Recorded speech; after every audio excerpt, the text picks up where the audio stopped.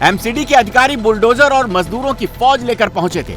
जहां तक बुलडोजर की पहुंच हुई वहां बुलडोजर से एक्शन हुआ, जहां बुलडोजर नहीं पहुंच पाया वहां हथौड़ा चलाया गया। एमसीडी के मजदूरों ने निजामुद्दीन के अवैध निर्माण की एक एक ईंट को उखाड़ दिया। जिस वक्त निजामुद्दीन के घर का अवैध हिस्सा बुलडोजर से तोड़ा जा रहा था, उससे पहले दिल्ली ने पूरे इलाके को छावनी में तब्दील कर दिया। किसी को भी घर के आसपास गली में आने जाने की इजाजत नहीं थी। पूरे एरिया में बैरिकेडिंग कर दी गई। पुलिस को पता था कि अगर थोड़ी सी भी चूक हो गई तो बवाल फिर से खड़ा हो सकता है, माहौल फिर से बिगड़ सकता है। कार्रवाई के दौरान किसी भी विरोध से निपटने के लिए इलाके में भारी संख्या में दिल्ली पुलिस, सीआरपीएफ और आरएएफ के जवान तैनात किए गए थे।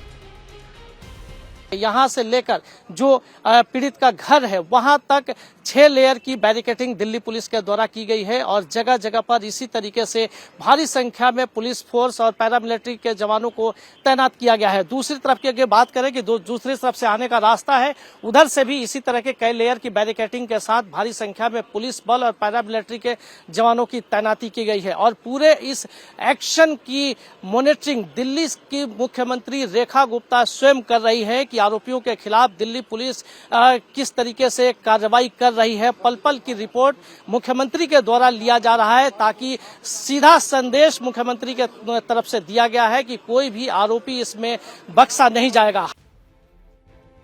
दिल्ली सरकार और दिल्ली पुलिस पर इस केस को लेकर बहुत प्रेशर था, लेकिन ऐसा बिल्कुल नहीं है कि हिंदुओं ने बुलडोजर की डिमांड की तो सरकार ने बुलडोजर चला दिया। नगर निगम का यह एक्शन 4 दिन बाद हुआ और 4 दिन से एक तरफ पुलिस फरार आरोपियों की जांच कर रही थी, दूसरी तरफ आरोपियों के घर, मकान, दुकान के कागज चेक किए जा रहे थे। जांच के दौरान जानकारी मिली, आरोपी निजामुद्दीन के घर में कथित तौर पर फैक्ट्री भी चलाई जा रही थी, जो कि कानूनी रूप से गलत है। जब पुलिस ने इसकी जांच की तो पता चला कि घर का कुछ हिस्सा नियमों के उल्लंघन करके बनाया गया है। इसी वजह से बुलडोजर एक्शन हुआ। लेकिन तरुण के भाई का कहना है कि एक्शन सिर्फ एक आरोपी के घर नहीं होना चाहिए। सरकार को सारे आरोपियों के घरों की जांच करनी चाहिए। हर फरार आरोपी के घर पर एक्शन होना चाहिए।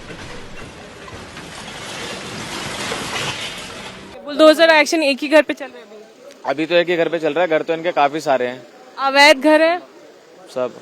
और फिर आप क्या चाहते हैं, सबके घरों पे चले? सबके घरों पे चलना। अगर कानून चला रही है तो देखो, एक घर पे नहीं तो जितने ये भागे हैं ना, जितने ये परिवार यहाँ रह रहा है, ये भगे हैं जितने भी, सबके घर टूटने चाहिए। वो भगे क्यों हैं? इनका पूरा परिवार रहना चाहिए था, यहाँ पे भग क्यों गए हैं? गलत किया तभी तो भगे हैं। सबने मारा है पीछे से जैसे मर्जी। भाई की तो कोई गलती ही नहीं थी। भाई तो अपने घर आया था कि घर में लड़ाई होगी, चलो छुटवा देंगे। पीछे से आगे हम तो सब घर में पैक हो गए थे ना, हमें तो बंद कर दिया था इन्होंने घर में। भाई अकेला आया, अकेले को देख के पीछे से किसी ने सिल्ली मारी, किसी ने लोहे की रोड मारी है, किसी ने क्या मारा, किसी ने क्या मारा। दिल्ली में तरुण की हत्या में शामिल एक आरोपी के घर बुलडोजर चल गया है। निजामुद्दीन के 3 मंजिला घर का पूरा नक्शा बिगड़ गया। हिंदू इस एक्शन से खुश भी हैं, संतुष्ट भी हैं, लेकिन हिंदुओं का कहना है कि लड़ाई अभी खत्म नहीं हुई। जब इंसाफ में गोली की आवाज नहीं आएगी तब तक इंसाफ अधूरा है। जन भाई था वो। हाँ जी, रात को मैं 11 बजे ड्यूटी से आ रहा था। उस लड़के के ऊपर सिल्ली मारी गई है, राड मारी गई है, बैट मारा गया, मेरे सामने मारा है और बहुत अंजाम गलत दिया है। और वो तो सोच रहे थे मजाक कर रहे हैं, पर लड़का तो हमारा जवान गया है, इसलिए गलत बात करी है उन्होंने। तो हमारे को इसके लिए जवाब चाहिए।